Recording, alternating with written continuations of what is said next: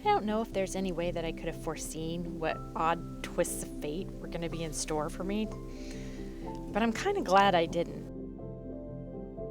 I began the day with high hopes and multiple bruises from my prior crash.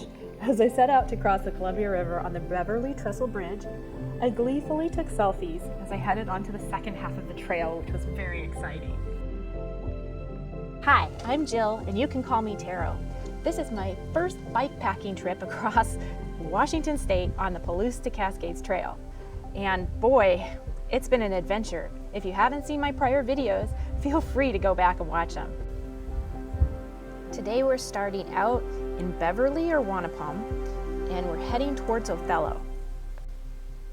The temperature was cool and the breeze was low. It was turning into a wonderful morning. However, this was short-lived as my newfound arch nemesis, sand, was once again plentiful, loose, and deep. And although I'm a champion of slow touring, this was once again painfully slow. I began to push or walk alongside my bike, and as I walked, I came across a nice woman from the town of Wanapum.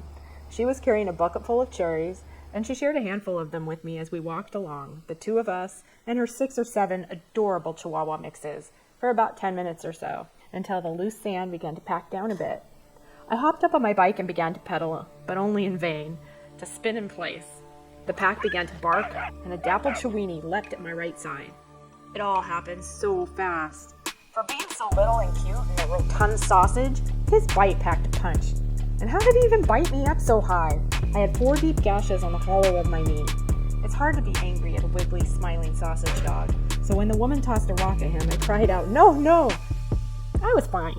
As the little dog ran over an embankment, I figured I'd give it one more go to make a getaway, and this time my wheels grabbed purchase and I began to put some distance between me and the unruly dog pack.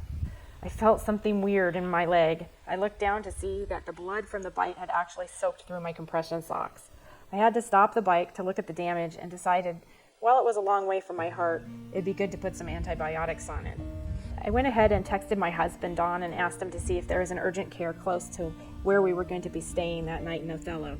About an hour later, he messaged me back with a morning appointment time for the next day. Yes, ladies, he's a keeper, and he's mine. I had been on the lookout for goat thorn all morning long, and that day there had been quite a bit on the trail. It had been treated, so it was pretty dead.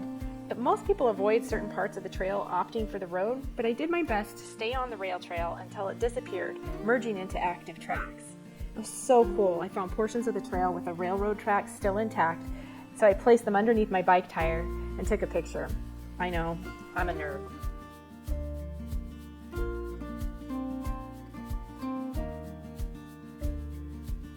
There's where the Milwaukee line ends and becomes part of an active rail line in Washington.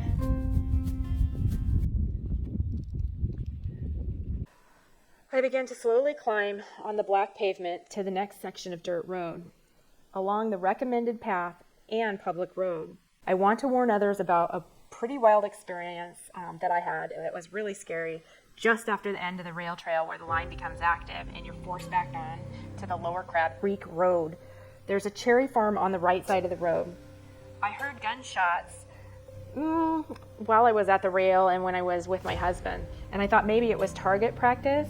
Then, as I was pedaling and getting next to the trees loaded with fruit, I thought, it must be to scare off birds, like, a birdshot warning.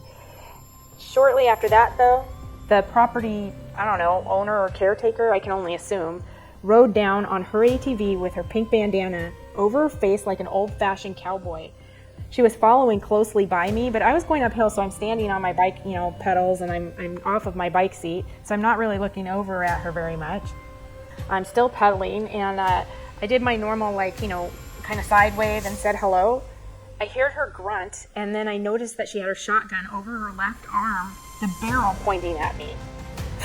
What in the actual hell? Who does that? How completely inappropriate and aggressive. She then proceeded to gun her ATV up a row of trees away from me, raising the shotgun up in the air and firing it off. And when I pedaled past her orchard, she came back down to the corner of the orchard and fired a warning shot in the air over my head. It was totally reckless. Way more frightening than the dark hills the night before, the savage mosquitoes that I had to go through, or the attack of the Chiweenie sausage.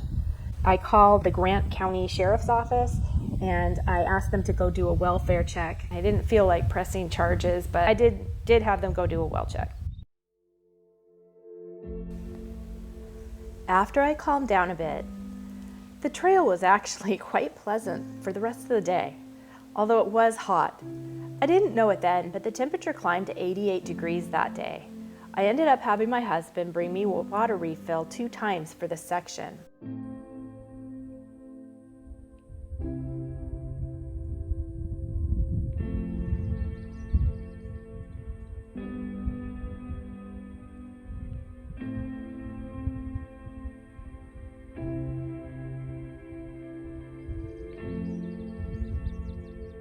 At the hotel, I inspected the damage. I was pretty banged up and bruised, so if you're squeamish, you might want to bypass this. So, the forecast called for mid-90s for the rest of the week, and I'm pretty sure that I was going to be placed on antibiotics for the bite. Sure enough, the next day at the CBHA clinic, I was told to take antibiotics and to rest for a few days. I actually waited until the summer temperatures came back down a bit. So join me next week as I jump back on the trail and I tackle the eastern half of the Palouse to Cascades as one of the last bikers on the trail for the season.